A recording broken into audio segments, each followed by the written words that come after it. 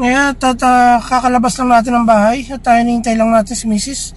At mamimili tayo ng mga soft drinks at beer. At kailangan natin dalhin doon sa ating tindahan. At ito na po yung last day na walang pasok. At bukas may pasok na po. At 15 hakbang lang kami sa eskwelahan simula sa aking tindahan. At kailangan full stock na tayo. Mamaya naman mag-grocery ako. Pero kasi pupunta kayo ng Mrs. Update ko ay mamaya.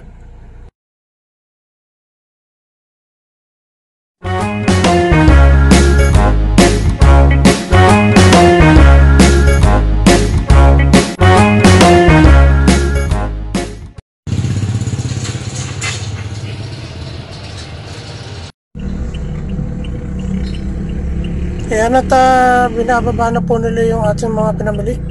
Sa si Mrs.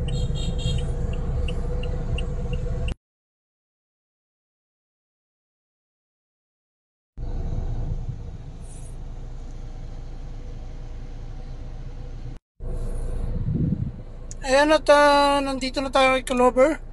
At umalis kami sa bahay ng alas 4. At may pinuntahan kami ni Mrs. kaninang tanghali at hindi ako masyado nag-video. Nag-bikings kami ni Mrs. Sukat Paranaque. Pagkatapos may hatid sa Bikutan.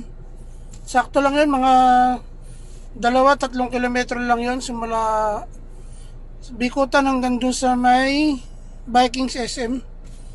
Tapos umuwi kami sa bahay at inayos yung seals para naman magawa ni Mrs. yung parte niya na sa kanya yung grocery.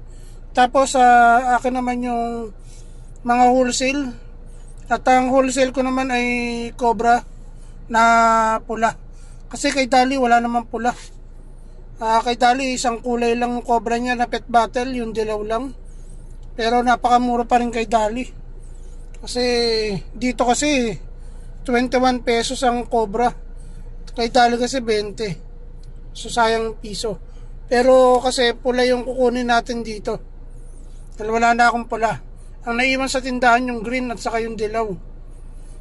Nandun na si Mrs. Tara, pasok tayo.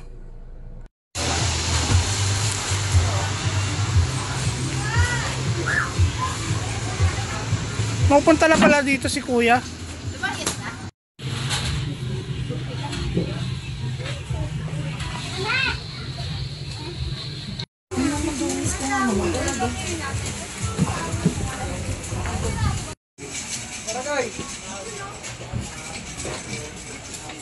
Wala siyang kasama? Wala.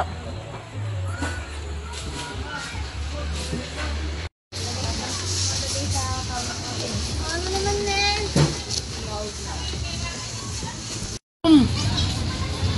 Yun o. Oh. Single o married?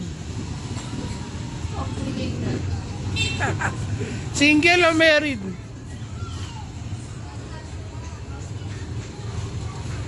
Tulak mo lang.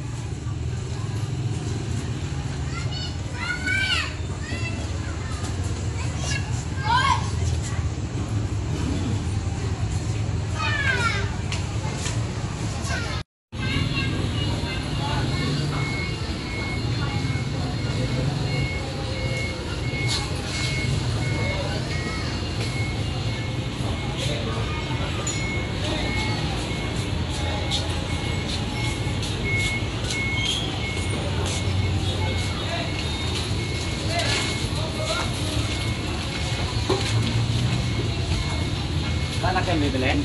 Wala na. Nabili ko na kanina yung mga soft drinks kanina umaga. Naayatid na ron.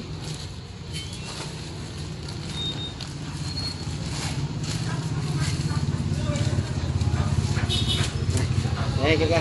Wala tayo.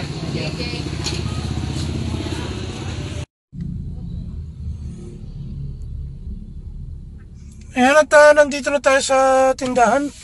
At nakaparada lang natin. Nandito lang aking vlog. Maraming po salamat sa walang sawang panagpaingid. Sana ay nasa mabuting kalagayan yun. Mabuhay kayo. God bless you.